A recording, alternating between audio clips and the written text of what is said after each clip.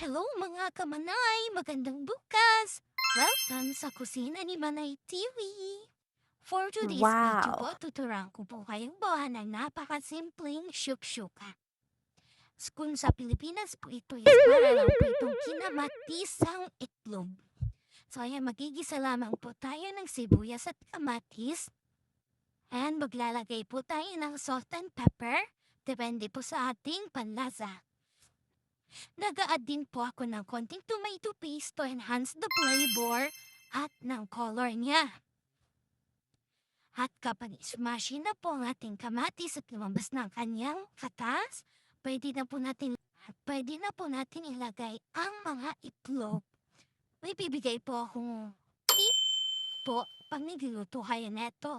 Patayin niyo po muna ang apoy habang nilalagay niyo po isa-isang mga itlog para po Wow! maiwasang masunog ang mga itlog dahil napakabilis lamang po maluto ng itlog.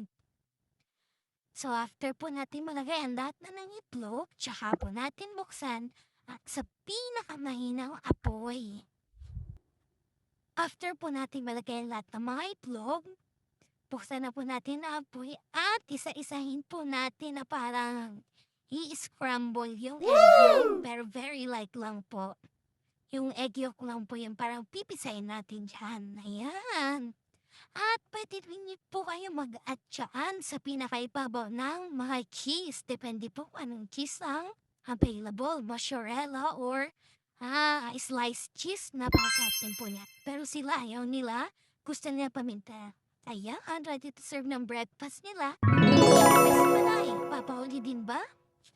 Siyempre, may breakfast din si Manay. Pansit Wow! canton at nilagang itlog. At siyempre, may juice kasi po napakanghang po ng pansit canton na ito. At kung ikaw po ay nasa gitnang silangan, isa ito sa mga putahe na number 1 na pinapaluto nila. Kasi po, number 1 po, ginagawa po nila itong breakfast or dinner.